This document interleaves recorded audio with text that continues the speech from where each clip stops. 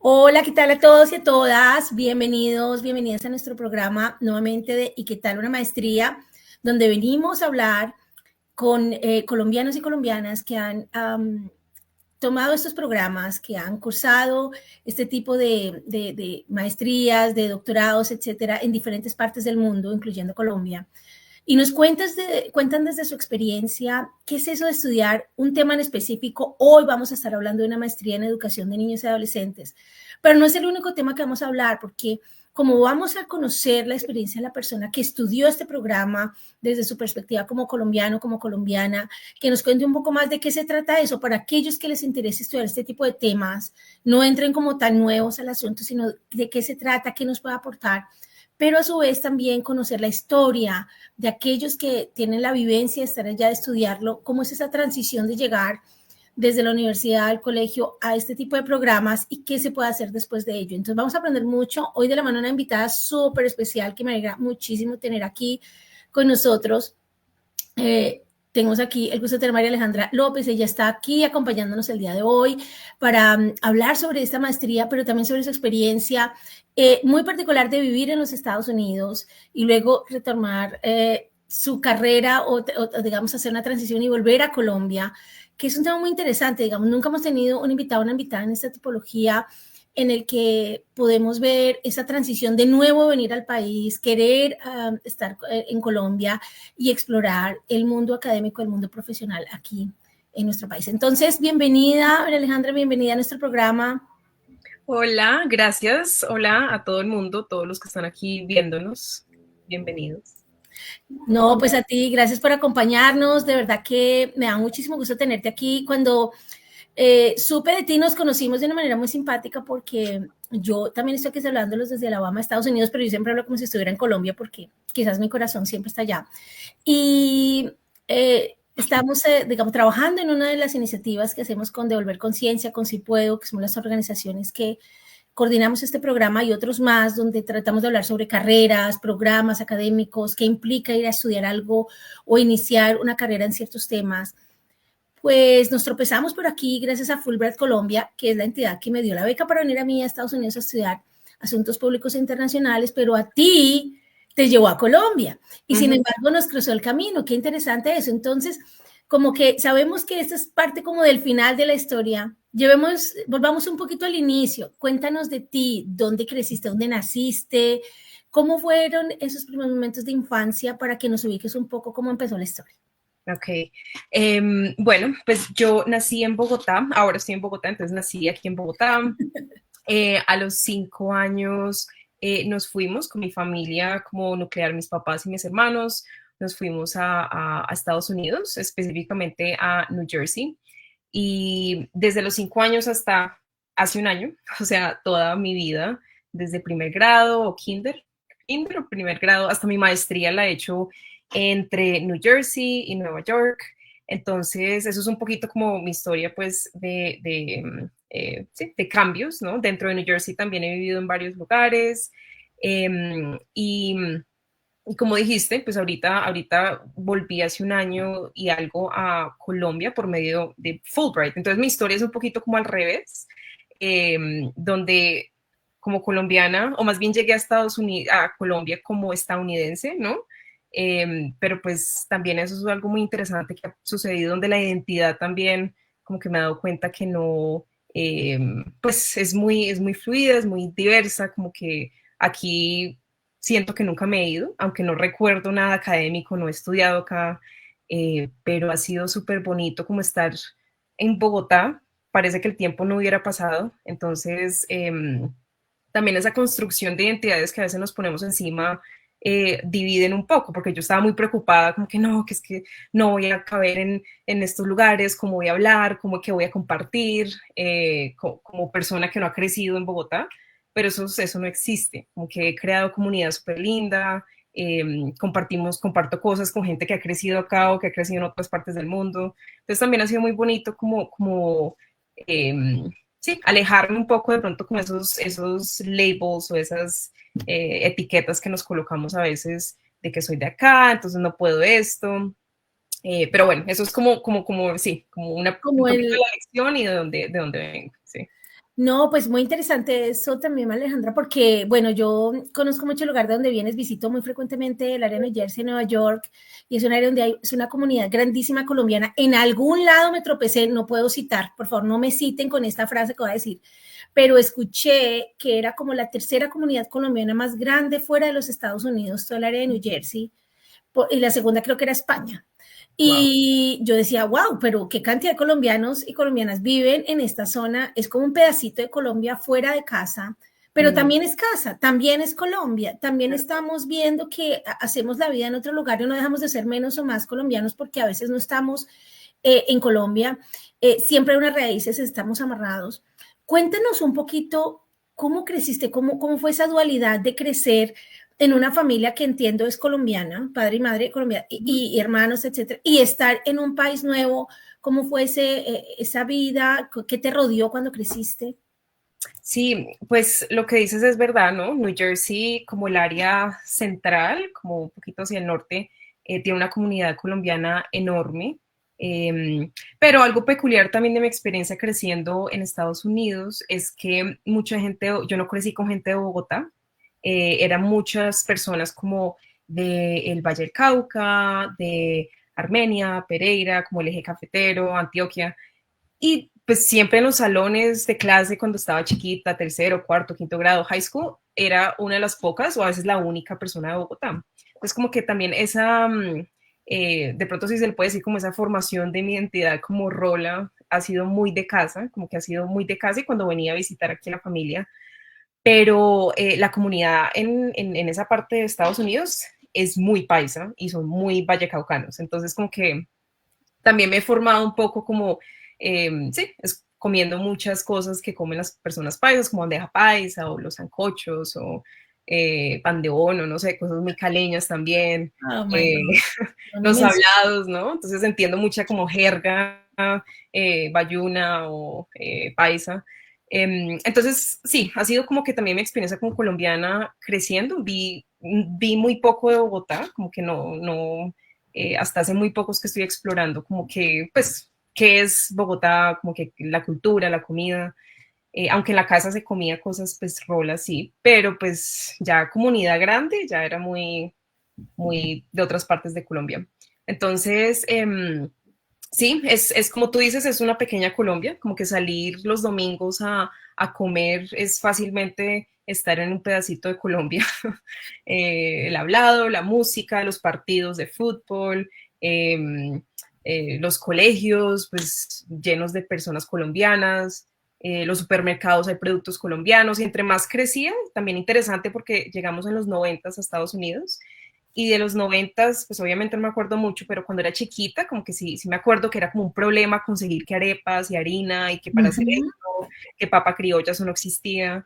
Ya cuando estaba como por ahí en octavo, noveno, ya era como más fácil, ya los supermercados tenían la papa criolla y tenían como los chocorramos. Entonces como que también he crecido viendo como ese mundo globalizado se ha como, no sé si agrandado o no sé cómo se le podría decir, entonces ha sido mucho más fácil como ser parte de Colombia sin estar acá por más de 25 años. Pero pues uno llega acá y también es, pues sí, pues, hay cosas que estoy muy acostumbrada y como hay cosas que también hay que, de a poquitos me estoy acostumbrando. Que por mucho que haya muchas cosas, productos colombianos en Estados Unidos, como que hay cosas culturales que sí, pues son muy conectadas con la geografía y con el espacio, pues. Claro, bueno, muy interesante eso que mencionas porque, pues bueno, yo también lo vivo, digamos, en mi vida diaria. Si yo me encuentro con una arepa, un pan de bono, o sea, básicamente me pongo a llorar, o sea, qué emoción. No es tan fácil donde yo vivo porque aquí hay menos colombianos, Mm, donde yo estoy, pero ya, como les digo, o sea, yo a veces llego a Nueva Jersey, me subo al metro, pues al tren o estoy caminando en algún lado y la gente empieza a hablar como colombiano, ya ni siquiera hablo yo, ya ni pienso ni en español. Yo, uy, esta persona está hablando colombiano y mis hijos me dicen, ¿cómo sabes que hablan?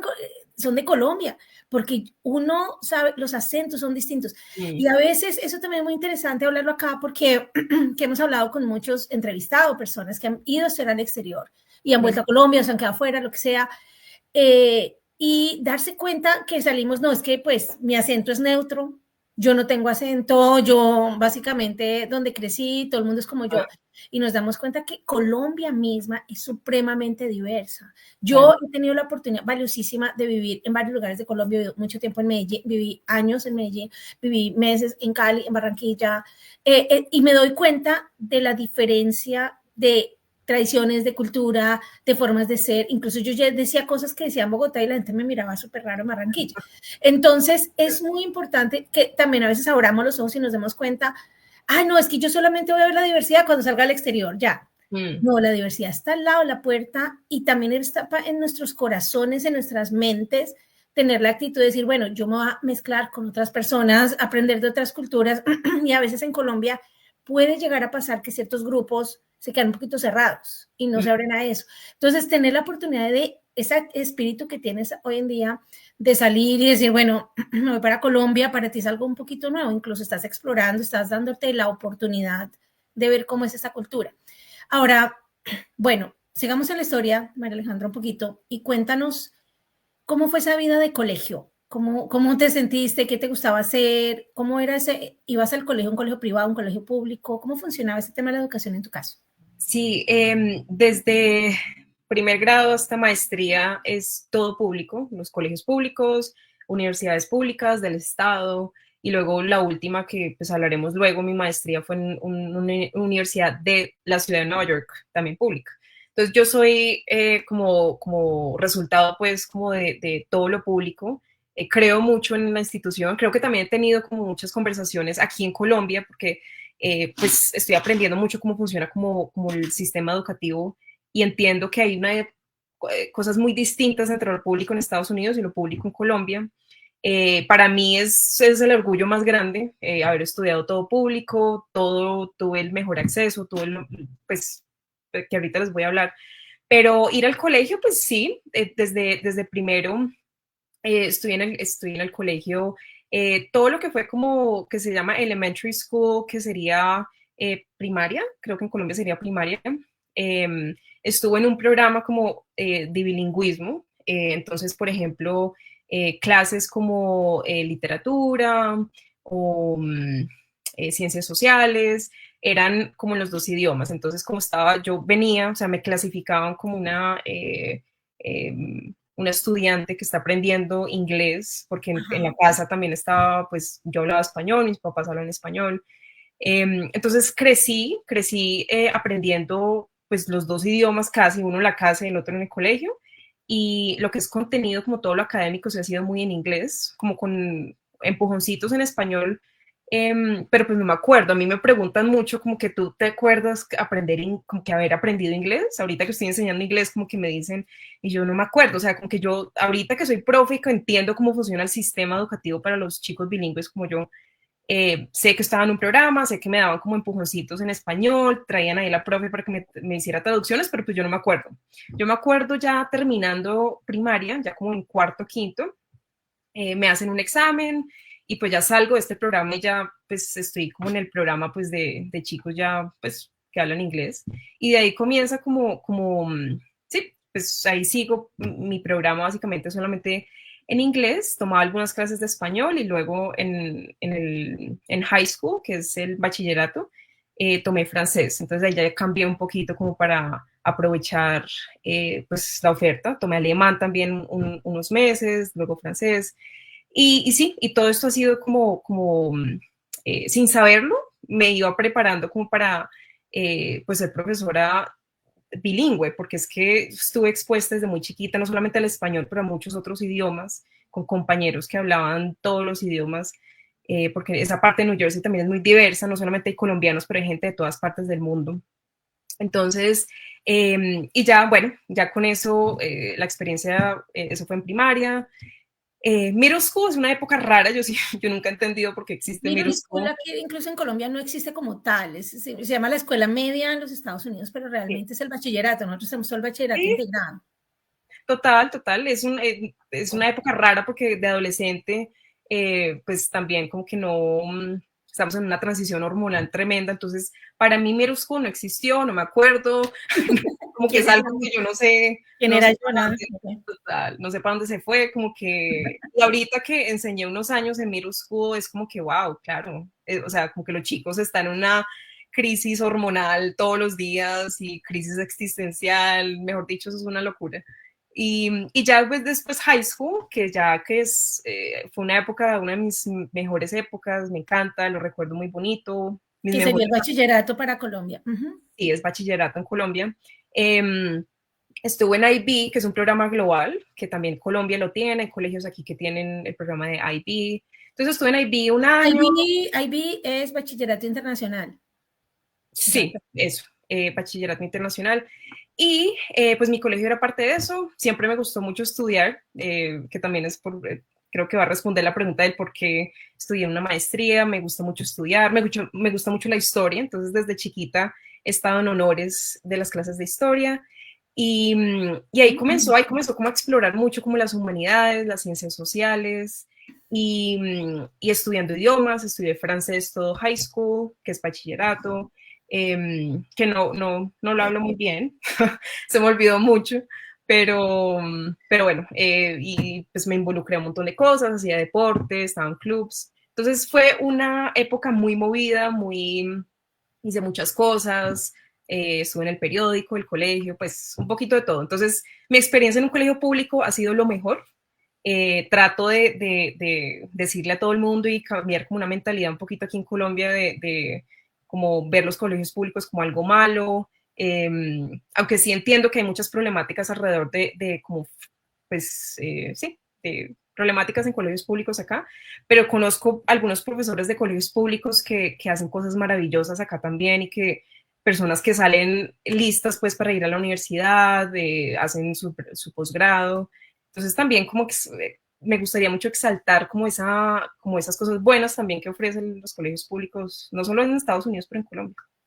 No, lo dices muy bien, Alejandra, porque fíjate que yo que veo, o sea, en esas entrevistas vivo rodeada de académicos, yo misma soy profesora de economía y negocios aquí en Estados Unidos, y conozco muchos estudiantes doctorales de maestría aquí, también colombianos que están en los Estados Unidos y también en Europa, y me doy cuenta de la calidad tan alta que traemos.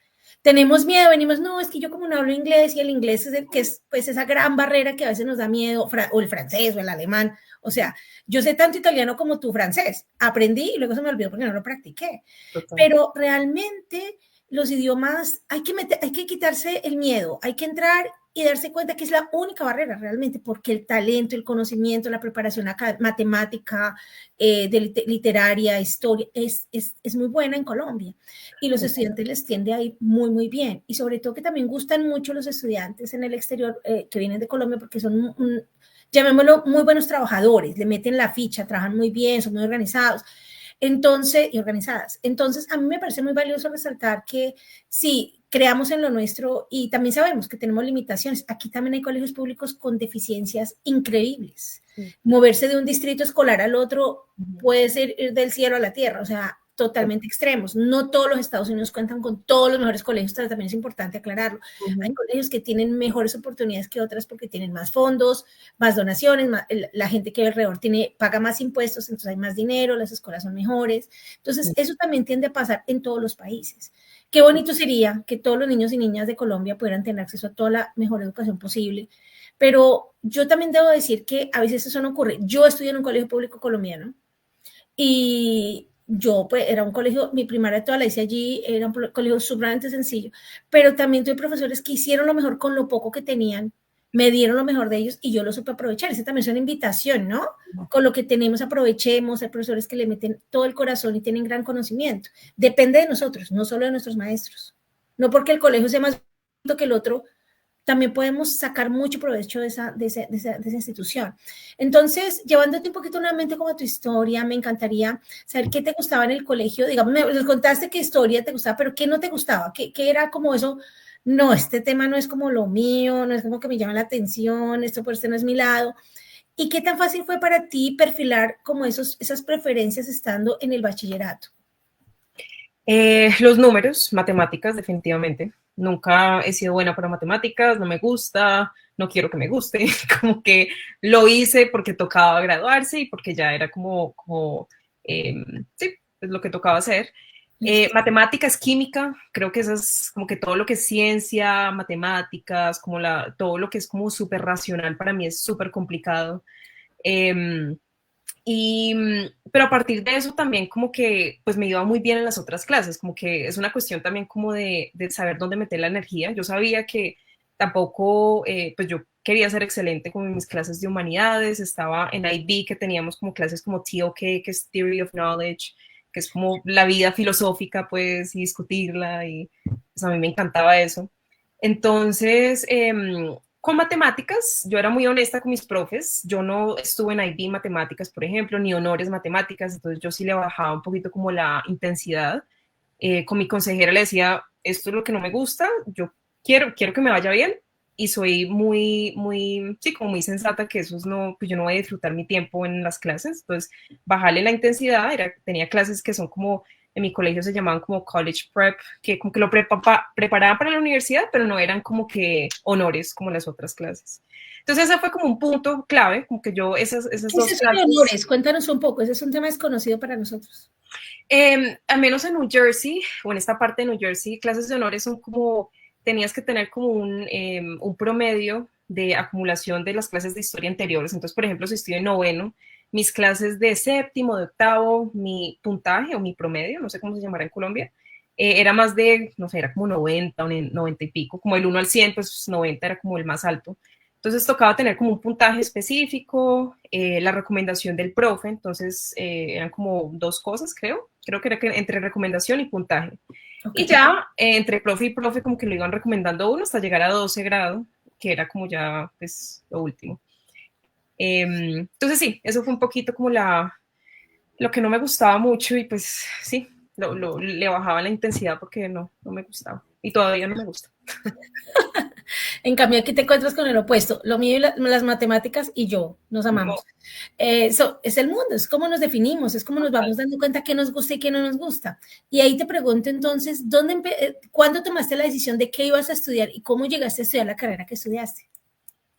eh, Pues desde que me acuerdo, por ahí desde séptimo estaban estas clases que les digo de honores de historia.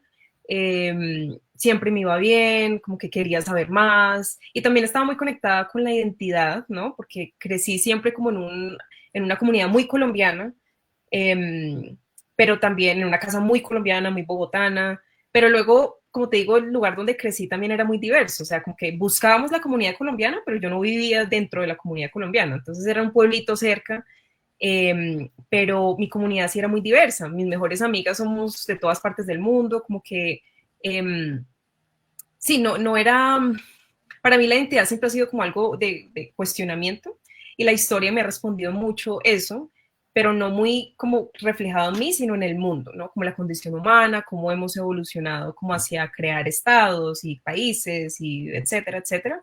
Entonces, para mí eso siempre fue como un lugar súper especial, como aprender del mundo, de las culturas, y ya, pues, entre más tomaba las clases de historia, noveno, décimo, 11, eso lo tenía claro. O sea, yo tenía claro que era buena, que me gustaba, tenía muy buena retroalimentación de mis profes, pero en 12 grado, cuando íbamos supuestamente como a declarar nuestra carrera antes de entrar a la universidad, yo dije que quería mercadeo, que yo nunca entiendo, yo hasta el día de hoy yo no entiendo de dónde saqué eso, como que yo, pues tomé una clase de mercadeo en 12, mis amigas estaban en la clase, muchas, Recuerden que en Estados Unidos los grados van hasta 12, no hasta 11 en bachillerato, entonces es exacto, un grado adicional, sí.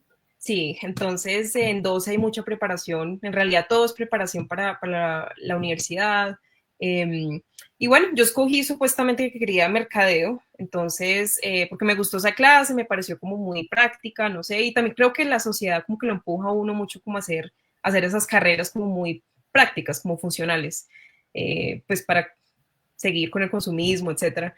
Entonces, bueno, entré a la universidad, como siempre, buscando mis clases de historia, tomé una clase de filosofía como electiva y la clase de mercadeo, pero yo de una me di cuenta que eso no, pues a mí no me gustaba. Entonces aproveché que los primeros 2 años de la universidad son muy libres en Estados Unidos, en Colombia creo que es más específico, pero en Estados Unidos son 4 años de pregrado. Los dos primeros son muy abiertos, hay que tomar otra vez matemáticas, otra vez literatura, historia, bueno, todos como las clases básicas, pero a nivel universitario Y ahí como que yo me di cuenta, ya conocí como ya doctores que enseñan historia de, no sé, historia de las civilizaciones romanas. Y entonces nos enfocamos mucho, mucho más en qué es estudiar historia. Y pues ahí fue de a poquito, ya el último, en el segundo año de la universidad uno ya tiene que decirle al consejero como que esto es lo que quiero. Y yo dije que quería estudiar historia porque no quería mercadeo. Yo pues, tomé creo que por ahí 1 o 2 clases de mercadeo y no es lo mío, no discutían las cosas que para mí eran muy importantes, son muy importantes, ¿no? Cuestiones como sociales, cuestiones de desigualdades, de desequidades, o sea, un montón de cosas que para mí eran más importantes que vender un producto. Entonces, ya, sí, el segundo año ya fue historia y lo hice con antropología, que es el estudio del humano. Qué interesante. Bueno, mira cómo, bueno, es interesante lo que mencionas, quiero resaltar que a veces uno tiene una sensación de que va a hacer algo y luego se da la oportunidad de conocerse un poquito más a sí mismo, sobre todo en esos años de, pues no adolescencia temprana, pero que uno ya empieza como, bueno, venga, pensemos realmente qué es lo que a mí sí me gusta, pero estuvo excelente esa idea también de darse la oportunidad y explorar, bueno, quiero saber, esto como que me llama la atención y darse cuenta que no. Siempre hemos apoyado esa idea de que las carreras profesionales no son una línea recta. Uno va a un lado, de ahí se alimenta para ir a otra cosa, va aprendiendo otra cosa. Yo tengo conocidos que están haciendo doctorados en, por ejemplo, historia, pero empezaron haciendo una carrera de ingeniería de sistemas. Total. Y, pero ¿qué pasó aquí? O sea, un momento, esto no conecta. Y puede que para los demás no conecte, pero para esa persona hubo una razón de ser y es que empezó un camino, creyó que era por ahí, de pronto no. O también hoy en día, por ejemplo, hay historiadores de la tecnología, historiadores que analizan cómo fue el desarrollo tecnológico de la humanidad y escriben libros sobre eso, porque aunque nos parezca obvio tener hoy un computador aquí, un teléfono que haces así con la mano y pasan los temas, ¿cierto? Touchscreen, pues resulta que eso ya no existía antes. ¿Cómo Total. llegamos hasta ahí? ¿Qué nos llevó a ese mundo? Entonces, también hay estudiosos de temas que conectan interdisciplinariamente temas académicos y que a veces inicialmente no nos parece que se complementen, pero lo pueden hacer. Entonces, interesante ese punto y por eso me parece muy válido y gracias por compartirnos esa parte de tu historia. Y bueno, llegamos a historia, llegamos a antropología y cómo fue eso, o sea, combinados los temas, yo sé que en Colombia, por ejemplo, sí es mucho más específico desde el inicio, entrar a estudiar los 2 primeros años no son como tan libres, sino que desde el primer momento empiezas a tomar materias de la carrera que quieres tomar. Pero en este tiempo, digamos, cuéntanos un poquito de qué se trata, por qué estudiar 2 temas que igual, vuelvo a decirlo, no parecieran como que se unieran, como que son algo que hagan sentido juntos, de pronto para el que va caminando o es ignorante en temas de ciencias sociales. ¿Por qué hace sentido estudiar estos 2 temas? ¿Dónde se complementan? Pues historia ya les conté como un poco como de dónde viene, como que ya desde hace años estaba metida en eso. Me gusta mucho también como el trabajo investigativo, me gusta mucho mirar archivos, como que esta carrera me dio la oportunidad como de mirar archivos súper interesantes de diversos temas. La antropología fue mucho por mi hermano que lo estudió, él sí estudió antropología como más de full, estudiamos en la misma universidad. Entonces, el último año de él, yo estaba comenzando la universidad, él estaba terminando, estaba tomando un seminario de antropología del terror, se llamaban, la antropología del terror. Antropología del terror. Bueno, ok, cuéntanos. Sí, tomé también antropología del poder, antropología del género, mejor dicho, hay de todo. Y esa clase era muy difícil, muy interesante, pero mi hermano estaba ahí, entonces él era como lo más importante de la clase para mí. Quería tomar una clase con mi hermano, la tomamos juntos, eso fue sí, como mi segundo año de universidad, él ya se iba a graduar, entonces tenía que aprovecharlo porque mejor dicho, ya, ¿cuándo más se iba a hacer eso? Y dentro de ese seminario fue algo súper, pues espectacular, como que muchas cosas, como que de entrar a una disciplina que no conocía mucho, que es como básicamente es como filosofía de movimiento, que es como, me lo explicaban muchos profes de antropología, es como sacar la teoría del libro y ponerla como en acción en ámbitos culturales, porque es antropología cultural, ¿no? Hay también antropología de la medicina, hay un montón de física, que es como arqueología, ¿no?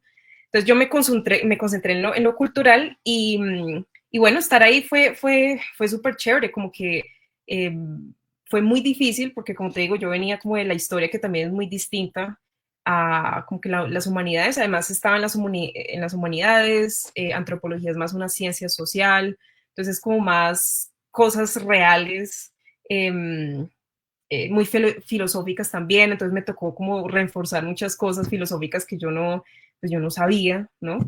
Entonces, y de ahí comencé, yo comencé básicamente al revés también, creo que me gusta hacer las cosas al revés, porque comencé con un seminario de antropología. Hay una tendencia, sí. Creo, sí. Comencé con un seminario de antropología que lo tenía que tomar cuando estaba ya terminando la universidad y lo tomé al principio y me dejaron, yo no sé por qué me dejaron, pero me dejaron. Y ahí comencé como a irme para atrás, como que a entender cómo llegamos ahí, cómo se llega a la antropología del terror, en ese caso, pues en ese seminario.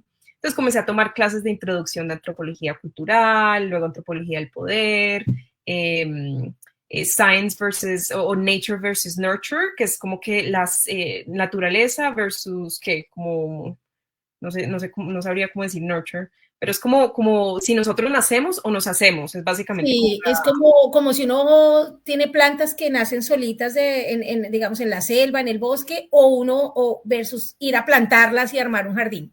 claro, exacto, exacto. Entonces, como que qué influencia tiene la cultura específicamente en la religión, en las formas de interactuar como humanos en ciertos contextos geográficos, en ciertos contextos culturales. Y de ahí comencé a entender y a estudiar pues mucho la antropología y me encantó porque tiene mucho como eh, relevancia con la historia, ¿no? Y esa era tu pregunta, como que cómo se conecta la historia con la antropología. Y la historia, pues es eso, ¿no? Es como el estudio de lo sucedido, ¿no? Aunque para mí la historia es como una espiral, ¿no? Es como que sigue sucediendo, es como un círculo que nos da, sí, como que uno no puede capturar el pasado, no puedes capturar el presente, es como que estamos en esta entrevista y estamos creando historia con el tiempo y con el espacio. Entonces, eso conectado con la antropología cultural, como que sí me ayudó a entender mucho mi historia, ¿no? Como colombiana que crece lejos y se identifica mucho con su país, pero también soy pues, de Estados Unidos porque crecí allá. Pero también aprendo de las culturas de mis amigos y mi amiga que es de Polonia me enseñaba recetas y la mamá me hablaba en polaco, yo entendía, yo le respondía en español, como que toda esa interacción de culturas para mí ha sido fascinante. Y ya poner eso en un campo académico, pues es muy estimulante, como que se queda mucho en la academia, que esa es como mi crítica a la academia, pero para mí ha sido muy estimulante como discutir todo como esos fenómenos culturales en libros, en ensayos, en seminarios. Y ahí comenzó como esa relación entre las dos carreras muy bonita. Wow, bueno, qué interesante. Ya aprendimos un rato sobre historia, antropología. Me llamó la atención de antropología del terror. Vamos a buscar esa clase. Suena como para explorarla. Pero también me parece, observo, digamos, en todo lo que nos estás contando, esa gran pasión por querer aprender cosas nuevas, explorar, como darse la oportunidad de toda una clase, porque muchas veces, por ejemplo, dentro de las carreras que tomamos en Colombia de pregrado, tenemos lo que se llaman electivas, igual sucede en todos los países del mundo, y tenemos unas carreras que son básicas, o sea, necesarias para ir, digamos, aplicando, por el caso mío era la economía, y tiene que tomar microeconomía 1, 2 y 3, macroeconomía 1, 2 y 3, o sea, esas son básicas y hay que pasarlas. Pero había un espacio para las selectivas y por qué no ir explorando algunos otros campos bien interesantes como la historia, como la antropología, la sociología, etcétera, que complementan mucho esos campos de estudio. Pero suena interesante escucharte hablar con tanta pasión sobre el tema, pero hoy no te dedicas a esos trabajos, hoy no te dedicas a esas carreras. Y en Colombia sucede mucho y en Latinoamérica casi que podría atreverme a decirlo, y es que como hacemos nuestro pregrado, nos perfilamos casi que para la vida académica, o sea, a la de 16, 18 años, tenemos que ir a tomar la decisión de, bueno, voy a ser médico, o bueno, voy a ser historiador, o voy a ser economista, como mi caso. Claro. Y si uno quiere adicionarle como temas adicionales, como digamos, traer a la carrera de uno, a la profesión, temas diversos, tiende a pasar en especializaciones, en diplomados, en maestrías, en doctorados, etcétera. Me pregunto yo, entonces, el sistema de los Estados Unidos parece ser un poquito distinto, en el que tú ahí como que tomas cosas de un lado al otro, pero no necesariamente tienes que perfilarte profesionalmente con base en eso. ¿Cómo es esa diferencia respecto a lo que acabo como de explicar? Para que nos vayas guiando un poquito hacia cómo llegaste a la maestría. Ok, pues, son 4 años, ¿no? Son 4 años de pregrado. Entonces, como les dije un poquito, los primeros 2 años son muy abiertos. Hay clases mandatorias, hay que tomar como, no me acuerdo, creo que son como 24 créditos de clases como que el Departamento de Educación dice, tiene que tomar todo el mundo de Estados Unidos, esto lo tienen que tomar, y ya después como que están esos bolsillitos como para tomar electivas, uno puede tomar mucho más electivas si quiere. Ya en el segundo año sí hay que decidir, o sea, uno no puede entrar al tercer año así, toca decidir. Ahí fue cuando yo me decidí como en estudiar antropología e historia, las dos. Se pueden estudiar 2 carreras al mismo tiempo, porque como ya se tomó todo lo que necesitábamos los primeros 2 años, los últimos dos, pues hay que llenarlos con la carrera. Entonces, ha habido muchas críticas de gente que dice que no, que eso es una sacadera de plata, porque son un montón de créditos que ya había estudiado en high school. A mí me parece que en algunos puntos, en mi caso me sirve mucho porque soy una exploradora, me gusta explorar, me gusta también como darle oportunidad a cosas que no me gustaron desde un principio. Entonces, también en matemáticas, por ejemplo, me fue mejor en la universidad, como que fue duro y todo, pero pues creé como que hubo una relación un poco más madura con los números. Entonces, bonito haberlo hecho en la universidad, sí, en la universidad. Ya el segundo año, pues declara carrera y ya sí, pues al final del cuarto año me gradué y como dices, como que hay carreras que sí son muy prácticas, muy funcionales, donde terminas publicidad, mercadeo, no sé, contaduría y hay un trabajo de mercadeo, contaduría, etcétera, como que ya están los trabajos hechos. En mi caso no hay trabajo, pues como que, ¿qué hace un historiador, no? O ¿qué hace un antropólogo? Como que son trabajos que son muy académicos, por un lado, y por el otro, pues sí, o sea, como que yo no sé que los inmigrantes a Estados Unidos no van a estudiar filosofía o historia, antropología, como que la mayoría de nosotros vamos a estudiar cosas que sean prácticas y que sean como, que tengan buenos salarios, ¿no?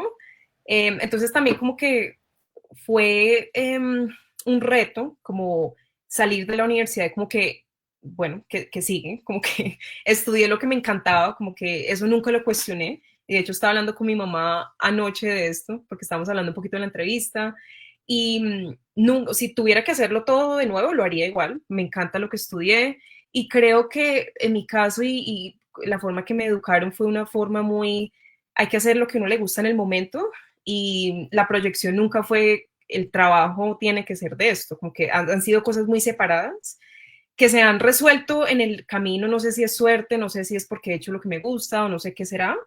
Creo que es una combinación de muchas cosas, de disciplina, de enfoque, también de pronto suerte, no sé. Pero cuando estudié historia, nunca en la vida pensé, yo voy a ser historiadora y voy a vivir de esto. Como que yo estaba en el momento y me encantaba y yo era estudiante en ese momento y ya, como que nunca lo proyecté mucho. Y ya al salir de la universidad, sí, pues salí de la universidad, de hecho me fui a dar un viaje con mis amigas, como que nos fuimos a mochilear, que no era mucho mochileo, pero queríamos pensar que sí. Un mochileo más moderno. Sí, de pronto más moderno, pero pues de finanzas sí era muy mochileo porque pues era sándwiches y agua, entonces tocaba como racionar mucho los ahorros. Y ahí sí, pues volví, eso fue en verano, y a buscar trabajo. Entonces, pero mi primer trabajo, pues creo que va a ser muy sorprendente porque no tiene absolutamente nada que ver con nada de lo que he hablado. Tiene más que ver con, de pronto con tu carrera, no sé. Pero mi primer trabajo lo conseguí por medio como de la bolsa de empleo de mi universidad. Me ayudaron mucho como a conseguirlo, como que súper, estoy muy agradecida con ellos.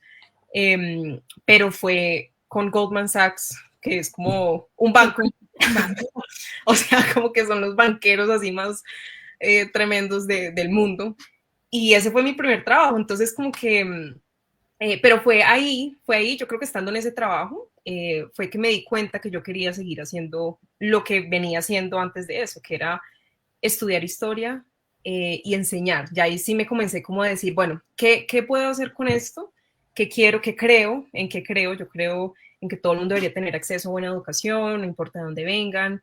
Y ahí comencé a explorar, conocí a gente que me ayudó mucho como a entrar a un programa, que yo creo que hablamos de eso en un momento, pero trabajando pues en un banco, haciendo traducciones, de hecho, y también ahí comenzó como mi carrera como de bilingüismo y de verme como traductora y de verme como una persona importante para, sí, para traducir cosas financieras en ese caso, pero hoy en día yo hago traducciones de material pedagógico, libros pedagógicos, etcétera.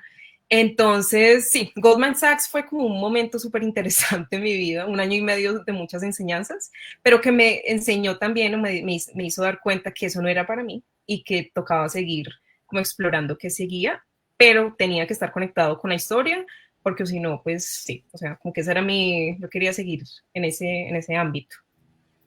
Bueno, y entonces, ¿qué pasó ahí? ¿Decidiste seguir estudiando y dijiste voy a explorar programas de estudio, de maestría o empezaste a trabajar en el campo que te soñabas? ¿Cómo fue esa transición? Pues estuve un año y medio en Goldman Sachs, estaba haciendo traducciones de documentos financieros y bueno, lo hice por mucho tiempo, pues por ese tiempo me di cuenta que había un mercado para la gente bilingüe, o sea, como que en mi cabeza no, como que todo se iba como alineando y yo dije, bueno, pues como que soy buena en lo que hago, me ha ido bien acá, creo que tengo muy buena relación con ese trabajo, como que aprendí mucho, pero también comencé a usar esto como ya crear como una hoja de vida ya más centrada y más como con los pies en la tierra porque pues hay que trabajar. Entonces lo comencé a hacer como a crear mi hoja de vida alrededor del bilingüismo y ahí es donde entra un poco como verme como bilingüe y utilizar eso ya como una herramienta de trabajo, no solamente como que, pues hablo dos idiomas, pero es más como que, ¿qué tengo que ofrecer? ¿Qué voy a ofrecerle al mundo? Y cómo voy a beneficiarme como económicamente de esto. Entonces de ahí, cuando ellos me contratan para ser traductora, yo no me lo tomaba en serio, o sea, tenía por ahí 24 años, 23, no me acuerdo, estaba recién salida de la universidad, no sabía nada, pero ellos me vieron como traductora, entonces yo dije como que bueno, pues voy a aprovecharlo, soy traductora, claro, me creí el cuento y de ahí comenzó como la carrera de buscar posiciones o buscar cosas que tengan los dos idiomas, como que no me veía solamente haciendo cosas en inglés, pero también en español. Y ahí conocí un colega que es muy amigo, hoy en día somos muy amigos, que él es abogado, pero él hubo un tiempo que quería ser profe. Y me dice como que no, en Nueva York, y eso era en Nueva York, ¿no? Yo trabajaba en Manhattan en esa época. Y me dice, no, y pues hace poquito apliqué a este programa, pero pues no quise entrar, se llama New York City Teaching Fellows. Es un fellowship que es como algo como Fulbright un poco, donde le financian a uno como una parte de beca para estudiar maestría en educación, tiene que ser en educación, y ellos se encargan de como que ya conseguirle trabajo, o sea, es un paquete como de maestría con trabajo, pero tocaba trabajar en un lugar donde era necesario tener una profe bilingüe, donde había como una escasez de profes bilingües que enseñaran historia, porque como les digo, en Estados Unidos los latinos no estudiamos mucho las humanidades. ¿Quién estudia historia? Pues casi todos mis compañeros, yo era la única colombiana siempre, siempre, siempre, unos 4 años. Entonces, tener una profe que hable español, que hable inglés y que estudie historia de Estados Unidos y que luego lo enseñe en un lugar pobre de Nueva York, es como que, porque esa era como el hook, ¿no? Como el gancho. Como el gancho. Entonces comencé, pues apliqué de hecho 2 veces al programa, la primera no me aceptaron y yo seguí trabajando y dije, yo voy a aplicar el próximo año otra vez. Y apliqué el segundo año, me aceptaron con la ayuda de mi amigo que ya lo habían aceptado, pero pues él al final pues no entró al programa. Y de ahí comenzó todo. Yo duré en Goldman Sachs un año y medio, mientras aplicaba la segunda vez y ya me aceptaron y bueno, comencé este fellowship que ha sido como lo mejor, súper, súper chévere. Ellos financian como el 70-80% de la maestría, yo pagué el resto. Y sí, pues ahí comienza como esa historia con la maestría en Nueva York. Me mudé para Nueva York, ¿no? Me fui de New Jersey, Entonces ahí comenzó también una historia súper linda en Manhattan, explorando lugares muy nuevos. Yo crecí en una ciudad una ciudad, no, un pueblo chiquito. Entonces para mí como que estar en la gran ciudad era como que, wow, qué chévere. Me encanta tomar el metro y andar rápido y tomar el café y bueno, etcétera. Entonces ahí comenzó mi relación con Nueva York. Eso fue ya hace como 6 años más o menos, 6, 7 años. Y la maestría, que te digo que eso fue una beca, la gran mayoría fue una beca. Bueno, tras de hacer una maestría que sabemos que tiene que ver con educación de adolescentes y niños, eso suena muy interesante porque ahora sí nos gustaría que nos cuentes de qué se trata una maestría en ese campo, qué temas te enseñan, qué tipo de temáticas son valiosas. ¿Es algo como que tiene una analogía con algún programa que has escuchado en Colombia? Y digamos, nos gustaría conocer un poquito más cuántas materias tomas, cómo funciona ese tipo de estudio.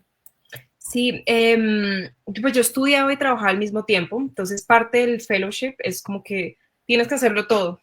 O sea, como que no, creo que esos 2 años no tenía mucha vida social, como que andaba súper, mejor dicho, llena de trabajo. Los que han estudiado y trabajado creo que me entienden. Ya sea en Colombia, he conocido muchos chicos acá que están en las mismas, como que están estudiando, están trabajando, entonces es duro. Pero vale la pena, ¿no? Entonces yo enseñaba, profe, de 8 a 3 de la tarde y era estudiante maestría de, no sé, por ahí de 6 a 9 eran las clases o de 5 a 9 y, y las clases pues son 2 años, una maestría ya dura 2 años, creo que en Colombia también, ¿no? Son como 32 créditos, creo. Y tomábamos, era como un poquito de Blender, entonces era un poquito como virtual y en persona, pero más que todo era presencial. Como híbrido, un programa híbrido. Sí, era un programa híbrido, pero mucho era presencial porque era un programa grande, entonces pues nos encontrábamos con nosotros fellows y era bonita, era una bonita comunidad, pero pues todos los días llegaba a la casa a las 10, 10 y media de la noche por 2 años, pues año y medio porque pandemia llegó y pues ahí se acabó, se acabó eso, pero por año y medio fue bien fuerte. Y las clases eran muy diversas, entonces hacíamos, por ejemplo,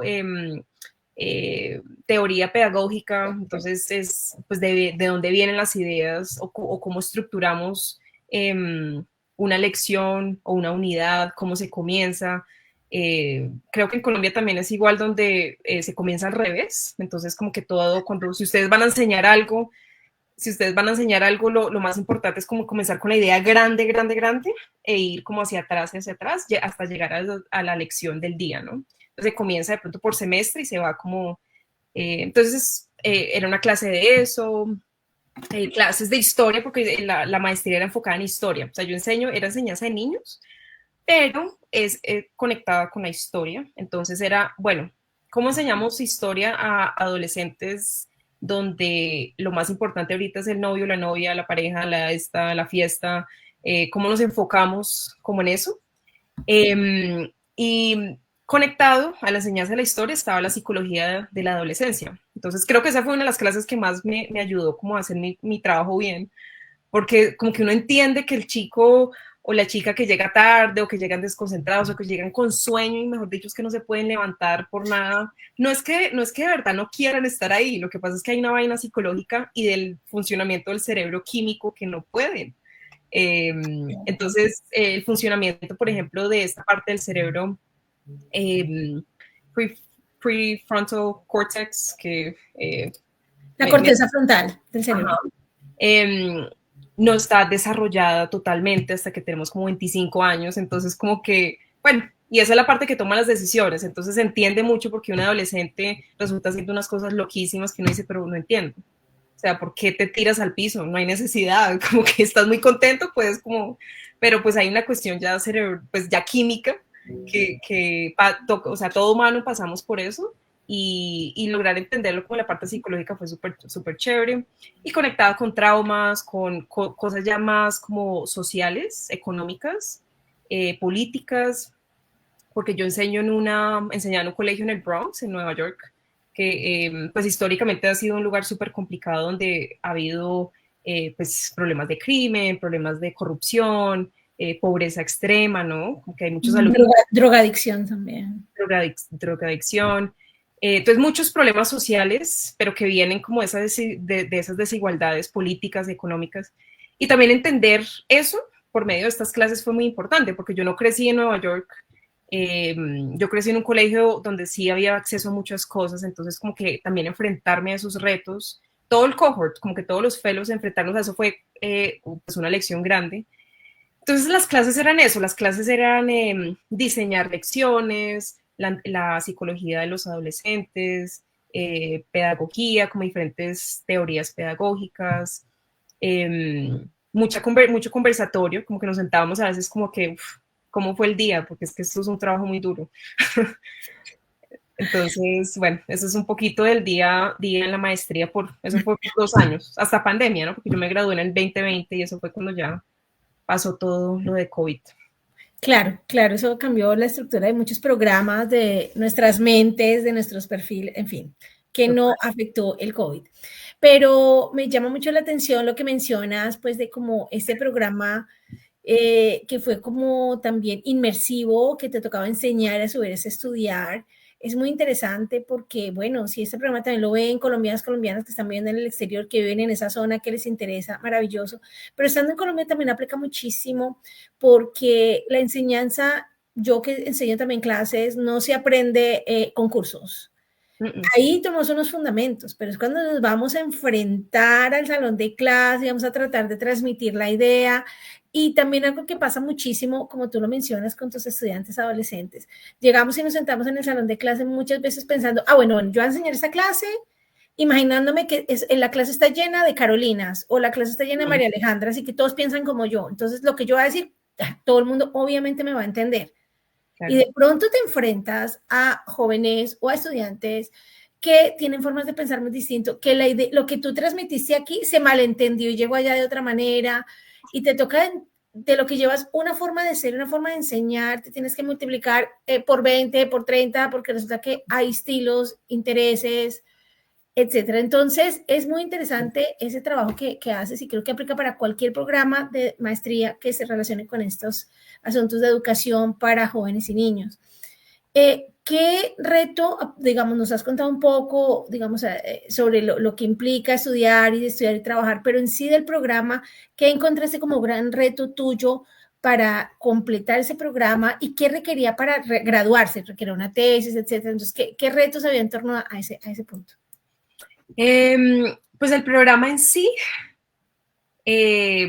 pues hubo clases muy interesantes, pero en su totalidad y con mis compañeros la hablábamos mucho, se pudo hacer más trabajo como en cosas prácticas. Lo que pasa es que nosotros como estábamos enseñando al mismo tiempo, traíamos las problemáticas no de hace 20 años, sino de lo que sucedió hoy. Es como que son las 6 de la tarde, tengo clase con el profe que solo pues enseña en la universidad.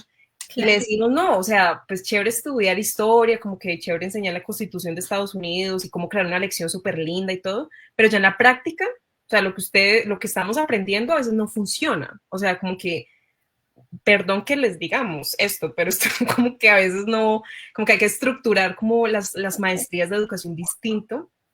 Y eso fue una de las cosas que al finalizar todo el equipo de fellows, que éramos era muy pequeño, éramos como 25 fellows de historia haciendo la maestría, donde veíamos una desconexión muy grande entre la teoría, como esta pedagogía, tal, con lo que está sucediendo en un colegio en el Bronx, por ejemplo, porque todos trabajamos en el Bronx.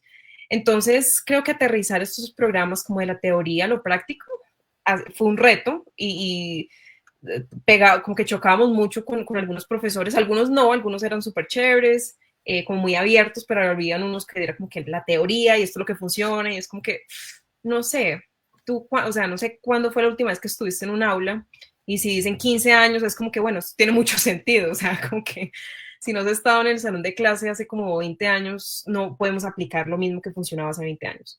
Entonces, como que aterrizar estos programas me parece importante que profesores o profesoras que estén dentro del campo, o sea, los que estemos en el salón enseñando, que tengan un liderazgo muy activo en las maestrías, me parece muy importante. En el caso de mi maestría no era el caso, entonces también por eso es que eso fue otro punto como de mejoramiento, como que deberían tener mucha más conexión con la comunidad de profes y nosotros, como que si algo hacemos bien los profesores es que nos encanta compartir cosas, materiales, no sé, consejos, etcétera, porque pues lo que funciona para mí de pronto no funciona para el otro, pero ahí hay una comunidad. Entonces, por eso es que siempre he sido un poquito como con la academia, me gusta mucho como el espacio, pero ya para aplicar cosas como en un salón de clase, ese era un reto muy grande porque era como que, bueno, no funcionó, como que, ¿cómo hacemos como para que no perdamos el tiempo en una clase, por decirlo como muy, o sea, ser muy prácticos? Estamos muy ocupados, tenemos mucho trabajo y venimos aquí como a hablar cosas que no funcionan, entonces hacer como que esa negociación constante fue agotadora, pero también dio muchos frutos y creo que lo que sucedió en esos años, hasta el día de hoy, en esa maestría, hay cosas que me imagino que han mejorado. No he hablado todavía con el director del programa, me gustaría hablar con él, pero pues ojalá hayan tomado como las recomendaciones. Pero por el otro lado también aprendimos un montón, cosas muy necesarias como teóricas que se necesitan para organización, al menos en papel de lecciones, de unidades, de cosas de esas sí se necesitan y creo que es en ese caso una maestría muy buena. Y COVID, al final COVID, lo que preguntaste de cómo se gradúa uno, pues necesitábamos esta cantidad de créditos, pero pues mi último semestre fue de enero a mayo del 2020. En marzo cerró todo para ser profe en la ciudad de Nueva York, pues en el estado de Nueva York, porque estamos como bajo la legislatura del estado. Hay que hacer algo, una tesis, que eran como en esa época como por ahí 50 páginas, donde uno tomaba una clase y hacía una serie de observaciones, de aplicar como teorías pedagógicas, atender alumnos con discapacidades, atender alumnos que sean como bilingües, trilingües, multilingües, porque hay alumnos que hablan un montón de idiomas. Entonces, aplicar un montón de cosas, pero con COVID, preciso, a nuestro corte, pero no nos tocó hacer eso. Y fue una bendición. Fue lo mejor porque el papeleo y tocaba como hacer un video, yo no sé cuánto tiempo, no, una locura tremenda, tocaba pasarlo más encima y tocaba pagar. Entonces eran como un montón de pasos que no nos tocó hacer y creo que de hecho el estado de Nueva York eliminó no estoy segura, pero creo que los 2 años que siguieron no tocaba hacerlo. Pero ya no hay que hacer eso, es que eso me parece, y además súper anticuado, como que habían unas cosas que era como que no estamos en los 60, como que ya toca seguir. Te escucho mucho en un tema muy interesante que me lleva a la siguiente pregunta y es, tienes una visión crítica de lo que estudias, que eso también es muy interesante, muy válido. Quizás en Colombia eso también ha cambiado un poco, ¿no? También, digamos, no me tocó tanto porque uno llega y toma la clase y lo que le tocó y lo que le dictan en clase y tal, pero a veces sufre uno mucho como estudiante transmitir, oye, me gustaría más esto, me encantaría lo otro, porque a veces pensamos, bueno, ya tomé la clase, ya me salí, que no importa, de pronto no pensamos en las siguientes generaciones de estudiantes que van a pasar por ese programa. Pero me gustaría que tú desde tu perspectiva también nos aportes en algo y es, ¿cómo ves tú los retos hoy en día de enseñarle a adolescentes, de enseñar a jóvenes, no solamente en Estados Unidos, sino en Colombia, que ya estás teniendo un poquito más la oportunidad? ¿Qué retos encuentras hoy en día para ejercer tu carrera como profesora? Es una pregunta grande y fuerte y difícil. Pues yo me salí, pues yo ya no estoy enseñando con un salón de clase por un tiempo, porque vine a hacer Fulbright a Colombia. Fulbright lo hice con una universidad, entonces los chicos son más grandes, o bueno, no chicos, ya son adultos, ya son personas bueno, grandes. de eso hablaremos ahorita, claro, sí, has tenido un cambio en ese sentido, Liz, ahorita lo revisamos. Pero hay muchos retos, creo que hay retos políticos donde la política se ha metido en la educación de una manera absurda, de una manera con unas agendas políticas que no van al caso, o sea, como que hay cosas en una ciudad como Nueva York, cada 4 años había, no, ni 4, cada 2 años cuando había como cambio de Cámara de Representantes o cuando había cambio como de... no sé cómo se llama, como son pequeños alcaldes pues en cada condado, como que con cada cambio político yo notaba en los 5 años que fui profe que todo cambiaba, o sea, como que ahí sí está la estructura, pero el que esté de turno como que cambiaba toda la agenda educativa, política y por ende la educativa, entonces teníamos que hacer lo que esta persona creía que era importante. Entonces, eso es un reto grande. Entiendo que en Colombia es algo muy similar, donde con cada administración también cambian muchas cosas como en el ámbito de los colegios públicos al menos. Eh, Eso es una, el mundo está, eh, pues desde chiquita he visto y he visto el proceso de cómo nos hemos conectado de una manera impresionante. O sea, yo me acuerdo cuando salió el primer iPhone y que todo el mundo era como que, ¿cómo así? ¿Esto se toca? O sea, yo soy parte como de esa transición entre los celulares que se abrían así y los que se tocan. Entonces, el mundo sí se ha conectado de una forma que, pues, estamos las dos haciendo esta entrevista. Tú estás en Estados Unidos, yo estoy en Colombia, fenomenal. Pero también estar tan conectados y tan disponibles y tener tanta información le ha dado a personas como esta ilusión de que lo sabemos todo, de que no necesitamos la comunidad, de que no necesitamos ser buenos ciudadanos, lo que eso signifique para cada, pues, sí, cada comunidad, etcétera. Como que me preocupa mucho como la interacción como humana que se está perdiendo entre los adolescentes. Entonces, en mis clases, ahorita los profes usan mucha tecnología, lo que quiera, pero pues yo no, o sea, y además que no, pues creo que todavía soy joven, como que me gusta la tecnología, es importante, pero pues ya la tienen, ese estímulo está en el mundo entero, hay un mercado entero que quiere como andar seduciéndonos como consumistas, y en mi salón no va a suceder eso, o sea, en mi salón como que vamos a aprender y vamos a ser humanos. Entonces como que el uso de la tecnología también lo empujan tanto que es como que, no, o sea, un marcador está bien, y una conversación y unos videos de vez en cuando, pero pues creo que perder como un poquito como esa humanidad y comienza desde muy chiquitos, o sea, desde chiquitos les compran los celus y la tableta y que todo se tiene ahí en las manos y eso nos ha interrumpido mucho como la realidad de la gente. Eh, y pues sí, creo que esos son retos grandes, la tecnología, o sea, la política. Eh, y sí, y como también tratar, y yo enseño historia, ¿no? Entonces, como que cómo enseñamos las elecciones presidenciales, cómo enseñamos que cómo el mundo está, o qué significa este mundo, y yo cómo soy parte de él. Por un lado, Instagram, X, todo esto nos da como como esta ilusión de que somos parte de algo muy grande y que podemos hacerlo todo y que somos bellos y fit, etcétera, pero pues la realidad es otra. O sea, la realidad es otra. Mis alumnos no, muchos tenían muchos problemas migratorios, problemas de salud, problemas económicos, problemas, sí, pues muchos estaban en procesos de Autoestima también. autoestima, claro, porque no pueden contar esto. Muchos, pues es un colegio para migrantes, no sé si lo mencioné, pero era solamente para migrantes. Entonces mis alumnos eran todos recién llegados a Estados Unidos y tenían estos sueños grandes y esos sueños casi siempre son materiales porque vienen de lugares súper complicados de Latinoamérica, de Asia, de África. Y al no conseguir lo que se quiere materialmente tan rápido como el mundo les ha dicho, que si se van para el norte van a ser ricos, eso causa mucha frustración.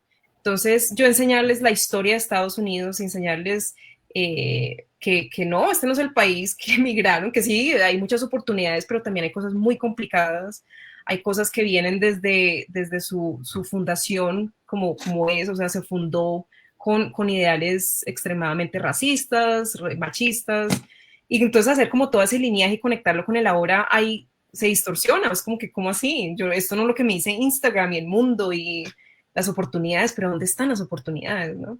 Entonces, esos son retos grandes que creo que también con mi experiencia y con el tiempo pues voy a ir aprendiendo, pero, y creo que es en el mundo entero, acá también, en Colombia, he visto como impresionante, como que el celular y el acceso, no sé si eso es acceso, al mundo por medio de estos aparatos es impresionante, como que creemos que lo sabemos todo. Yo creo que es muy importante porque, como te he dicho, tú eres la primera persona que invitamos como con este perfil que viene como de otro país, pero también eres de Colombia y lo viviste de los ojos desde tu familia colombiana, desde tus conocimientos y digamos, como hablar contigo no se siente para absolutamente nada, excepto que se te cruza una que otra palabra en inglés, tu pronunciación, tu estilo de conversación, eres una persona absolutamente colombiana de Bogotá.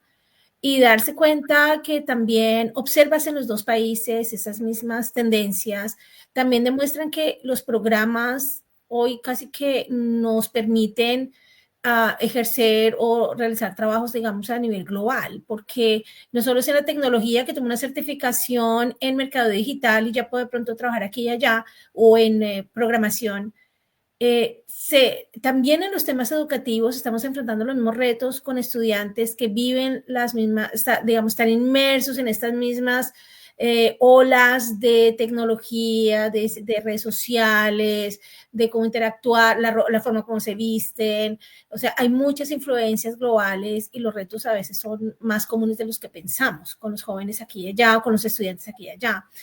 Cuéntanos un poco ahora, María Alejandra, ya con el ánimo de cerrar, porque tampoco queremos abusar tanto de tu tiempo, que nos encantaría que nos aquí hablando contigo todo el día. ¿Qué vino para ti después de eso? Terminaste esa maestría, te estabas enseñando, pero veo que en un momento, o sea, había una semillita que la he escuchado por ahí, saltando, mi identidad. Yo tenía ganas como digamos, siempre he sido como medio colombiana, entender todo este tema de identidad. ¿Y cómo llegaste? ¿Qué es la beca Fulbright? ¿Qué te trae para acá? Porque es muy bueno que la entendamos, digamos, yo vine a Estados Unidos en un intercambio, en una beca, pero el programa Fulbright es un intercambio. Es un programa que beneficia tanto a personas que van hacia los Estados Unidos como es un programa que beneficia a las personas de los Estados Unidos para ir a estudiar a otros países. Entonces, este caso, tú y yo estamos con la beca Fulbright en lugares opuestos. Cuéntanos un poco de qué se trata ese programa, cómo llegaste a él y bueno, qué implicó en tu carrera. Sí, pues dado a los retos que hemos hablado, como que cosas que me estaban molestando como persona y como profesional, y también como de personalidad siempre he sido como muy exploradora, me gusta conocer cosas distintas. Ya llegaba el final del año 4, del cuarto año, y ya estaba pensando como una transición, ya estaba en el aula varios años, hay cosas muy repetitivas, como que quería algo distinto. Amo el colegio, o sea, mis amigos de Nueva York, todos los profesores son mis amigos, hace poquito nos vimos, me quedo en la casa de ellos, o sea, son amigos del alma, pero necesitaba como un break, ya como que, bueno, aquí es suficiente, Un necesito... descanso, necesitas como aislarte. Perdón, yo te veo traduciendo para los que no estamos así tan bilingües. Perdón. Y ya que quería como un descanso un poco como de ese, es un trabajo muy duro y además el contexto, como te digo, mis alumnos no eran como los alumnos de todos los días, como que muchos me contaban sus historias de cruzar la frontera, cosas impresionantes que yo en mi vida había escuchado, entonces eso también es muy agotador. Y estaba Fulbright, yo desde Rutgers, que es mi universidad de pregrado, yo ya le tenía como la mira, profesores me habían dicho como que deberías aplicar, sería muy chévere. Entonces lo tenía como mucho en la mira, hace mucho tiempo, pasó el tiempo, trabajé en Goldman Sachs, trabajé en el colegio y como que, no sé, pensé que era un buen momento como para hacer, pues tomar esta oportunidad como de hacer Fulbright, pero pues yo ya quería salir de Estados Unidos, como que hay mucha gente que quiere salir de Colombia porque ha estado aquí toda su vida, pues en mi caso igual, pero al revés, yo quería irme a Estados Unidos, era lo único que conocía. Entonces, para mí era muy importante como conectarme con Latinoamérica. Entonces, estuve mirando, de hecho, Fulbright no solamente Colombia, sino Fulbright México, estuve mirando Argentina, Costa Rica en algún punto, quería Cuba, pero pues no existe, obviamente, hay relación, o no hay relaciones diplomáticas con Cuba, entonces no existe Cuba. Entonces estaba mirando el mapa latinoamericano a ver qué esto, y bueno, pues tenía mucho sentido, como que quería reconectarme con Colombia, quería como la cuestión que tú dices de la identidad, para mí siempre ha sido como ese misterio, como que cómo seré yo en Colombia, que cómo será mi vida, mi día a día en ese país donde nací, pero pues no soy de allá, acá, y es una vaina muy chistosa porque acá soy muy gringa, en Estados Unidos soy muy colombiana, entonces yo, pero ¿qué soy? Todas esas cosas como... Y entonces, bueno, apliqué a Fulbright. Fulbright, como sabes, tiene tres líneas como de trabajo. Una es investigación, otra es estudiar maestría o doctorado y la tercera es enseñar inglés. Yo soy profe, entonces, y yo ya tenía maestría, entonces yo no quería estudiar. Tampoco hago investigación, entonces yo dije, enseñar, perfecto. Voy a aplicar todo lo que he aprendido en Nueva York y voy a llevarme esto para Colombia por medio de la enseñanza del inglés.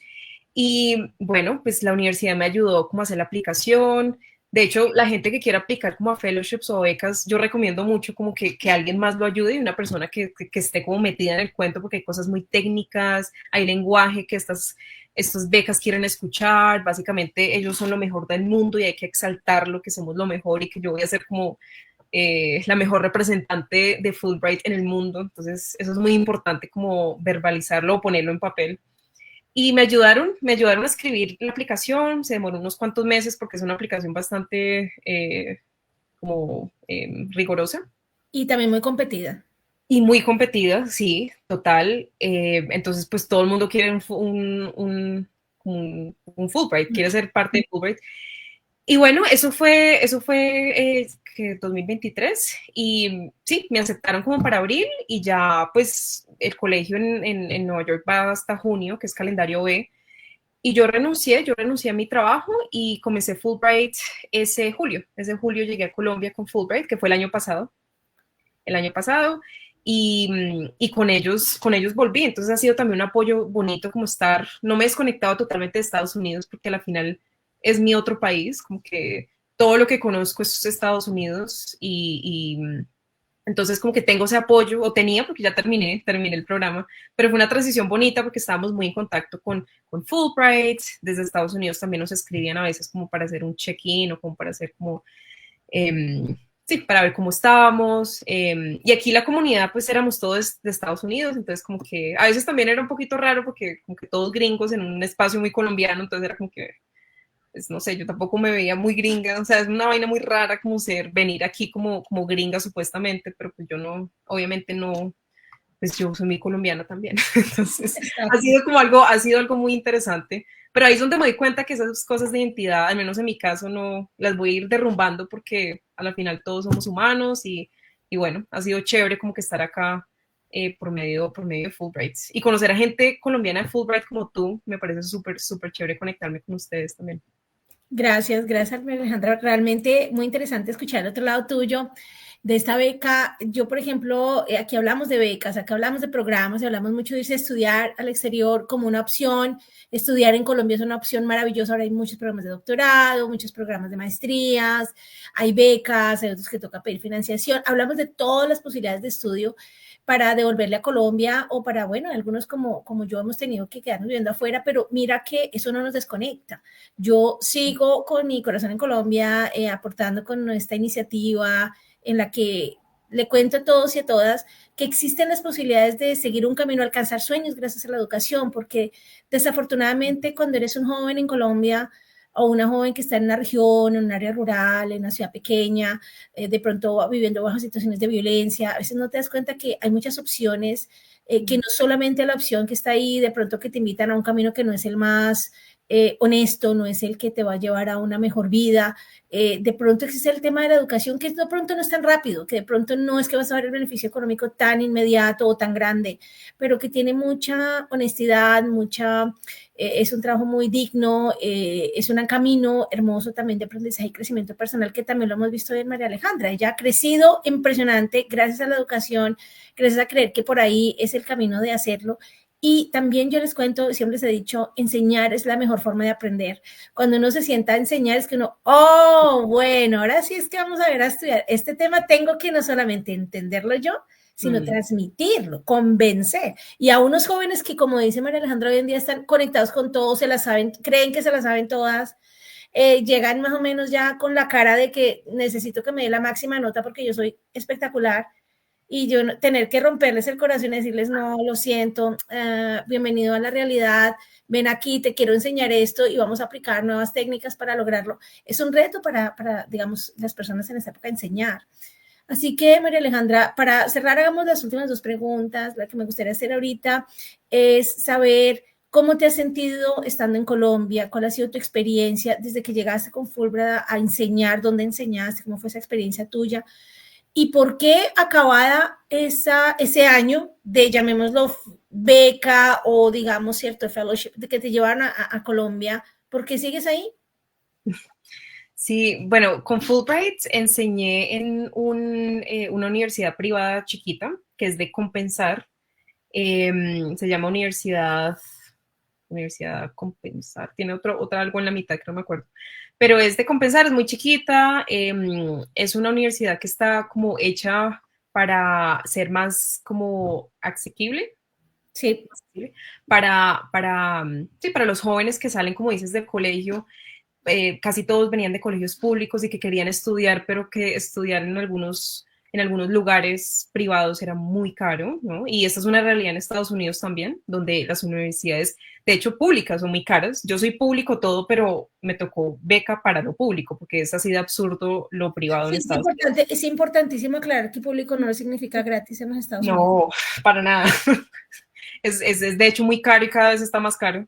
Entonces esa es una problemática muy grande en Estados Unidos y el por qué hay tanta deuda estudiantil, etcétera. Pero aquí en Colombia, bueno, esta caja de compensación hizo esta universidad como para hacerlo, pues para hacer un negocio y también hacer como más asequible como los estudios. Y enseñé inglés ahí por 10 meses. En Colombia ha sido muy interesante, como que he aprendido mucho. Me parece muy tesa la gente que nunca ha tenido como educación formal en aprendizaje de idiomas y habla muy bien, como que pues no eran como la mayoría, era la minoría, pero que exista como dentro de esta universidad tan pequeña, chicos que nunca en la vida me imaginaría que puedan tener una conversación como la que tenemos ahorita, pero en inglés, ¿no? Entonces, eso es súper lindo como ver también que si uno quiere hacer algo, lo hace, ¿no? O sea, se metían a YouTube, yo les digo, pero ustedes cómo hacen? Escuchar canciones, cantar en inglés y así Aplicaciones como Duolingo, aplicaciones. etcétera. Total. Entonces, aprende, como que ver también, como que estar muy de cerca con la gente colombiana, que es muy recursivo. Creo que he aprendido mucho como esa cuestión como de, wow, con una cosa se hacen tantas cosas y también como que me he chequeado mucho mi derroche y como que crecer en Estados Unidos también es como que no se aprecian de pronto ciertas cosas que me doy cuenta de cosas muy mías, como que el uso del agua, el uso de recursos, como que no lo pensaba Sí, mucho, pero estar en Colombia es como que toca, no importa dónde vivas, toca ahorrar agua. Entonces, eso ha sido una lección muy grande. Eh, y en la universidad aprendí mucho. Lo que no me gustaba mucho era como esas ganas mucho como de los colombianos, como ser muy gringos y quieren tener el acento muy gringo y quieren ser como que eliminar casi su identidad por meterse en otra y si pudieran cambiarse su físico lo harían. Entonces me gustaría mucho como no tener que hacer eso, podemos aprender inglés siendo muy colombianos, teniendo el acento muy colombiano, porque eso no tiene nada que ver con nada, o sea, como que nadie les va a quitar a uno el idioma ni el aprendizaje, como que, y hay que hacerlo desde nuestra cultura, de nuestra historia. Entonces eso es lo único que no me ha gustado, que me decían, pero ¿cómo hablo así como tú, como muy gringas? No, esa es mi historia, o sea, tú no puedes tener mi historia, yo no tampoco puedo tener la tuya, como que cada cual tiene que ser auténtico. Entonces esa es una cosa que no me gusta mucho, pero pues, bueno, ahí vamos. y estás contenta en Colombia. Sí, sí, estoy contenta, como te digo, como que creando una comunidad también como profesional, pero también como de amigos y amigas, conociendo gente. Me gusta mucho la comida, me gusta mucho, mucho la comida. He notado un cambio enorme en mi rendimiento, mi cuerpo, cosas muy simples como, sí, no sé, la comida me sienta mucho mejor. Eh, es un país muy lindo, es un país que tiene muchas oportunidades, pero también que no tiene ciertas oportunidades para ciertas personas, entonces me gustaría mucho ser parte como de, sí, como de abrir la posibilidad de que la gente no se vaya, que la fuga de cerebros es muy seria en el mundo como global del sur, al menos Colombia, Latinoamérica. Entonces sería muy lindo que las personas volvieran, ¿no? Que podemos volver y que se pueden hacer cosas o que estudien acá y se hagan acá. Sé que es duro, hay cosas muy, muy fuertes en Colombia, pero bueno, creo que si hay una comunidad que se va como expandiendo con el tiempo, entre todos nos podemos ayudar. Bueno, eso está súper interesante porque, bueno, también nos hace valorar, ¿no? Nuestro país. A veces leía yo un artículo hoy sobre los franceses y los italianos, que todo el mundo va a esos países porque, claro, el sueño de la ciudad romántica, París, Italia, comer todas las delicias del menú italiano. Y también llegan allá y se encuentran que hay canecas de basura, que hay ratones, Claro. que hay dificultades de tráfico Y uno, ¿qué? Pero eso no salía en el programa de televisión. La gente sueña con ir a Nueva York y se imagina los apartamentos gigantes de programas como Friends, como, ¿cuál es este otro programa? En fin, tantos que hay. Y cuando se dan cuenta los apartamentos en Nueva York, uno básicamente es así, o sea, la privacidad cero, o sea, de chiquito, y también hay todos los problemas de situaciones de exceso de turistas. Entonces, cuando la gente sale, también se da cuenta, oh, momento, mi país realmente es precioso, tiene cosas maravillosas que no aprendí porque siempre lo estoy comparando con lo que veo en la televisión y en las redes sociales. Pero esas redes sociales, esos programas están en una esquinita de Estados Unidos, una esquinita de Nueva York, es un pedacito pequeño de un país, o de Europa, o de... En Colombia tenemos mucho por hacer y pues bueno, yo no he podido, digamos, desarrollar mi vida en ese momento allá, pero viví casi también en Colombia y realmente que siempre nunca paro de aportar porque pienso que hay mucho para hacer, mucho para crecer y Colombia merece la pena que hagamos mucho por ella y por nosotros mismos y nosotras mismas. Cambiar muchas cosas que no están bien, también dependen de nosotros y no esperar que el gobierno la solucione, que venga otro líder, otra lideresa. Somos líderes y lideresas también nosotros en lo poco, mucho que podamos hacer de crear cambio y mejoramientos para nosotros y los demás. Y aquí nos podemos seguir quedando hablando de Colombia, maravillas y cosas para hacer. Pero bueno, es la hora de también despedirnos y dar la gracia a María Alejandra por el tiempo, por compartirnos todas las historias, por hacernos reflexionar, conocer otro lado de la historia, que ojalá otras colombianas y colombianas, si alguna vez alguien ve este programa, que están allí viviendo en el exterior, y esta conversación los motiva a darse cuenta que hay caminos, que caminos pueden conducir a Colombia nuevamente, pueden conducir a aportarle a aquellos y aquellas que están allá luchando cada día por hacer de Colombia un país mejor. Y entonces en eso, gracias por volver, gracias por estar allí, por creer. Estoy segura que te van a defraudar en un momento dado, así somos en Colombia. Entonces, por favor, prepárate, pero también cree en nosotros. A veces metemos la pata, pero somos unas personas maravillosas como comunidad y como país, como ciudad también. María Alejandra, quiero pedirte que nos contestes esta última pregunta para cerrar y es, cuando tú eras una adolescente, cuando estabas por allá en el colegio tratando de encontrar qué estudiar y hoy en día con todo lo que has vivido, ¿qué te hubiera gustado escuchar? Que te dijeran en ese momento y que de pronto no lo escuchaste o que lo escuchaste y nos quieres compartir. Que me hubiera gustado escuchar.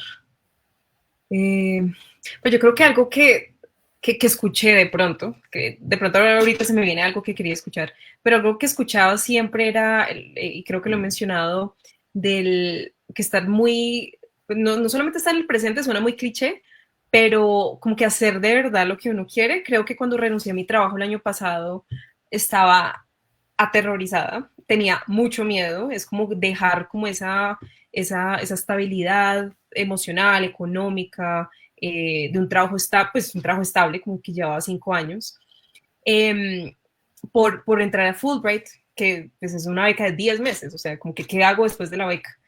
Entonces, como que desde chiquita, como que siempre he escuchado como que hay que, como que confiar, hay que hacer lo que uno quiere, pues obviamente tomando muy buenas decisiones, como que midiendo esas pros y esos cons, etcétera.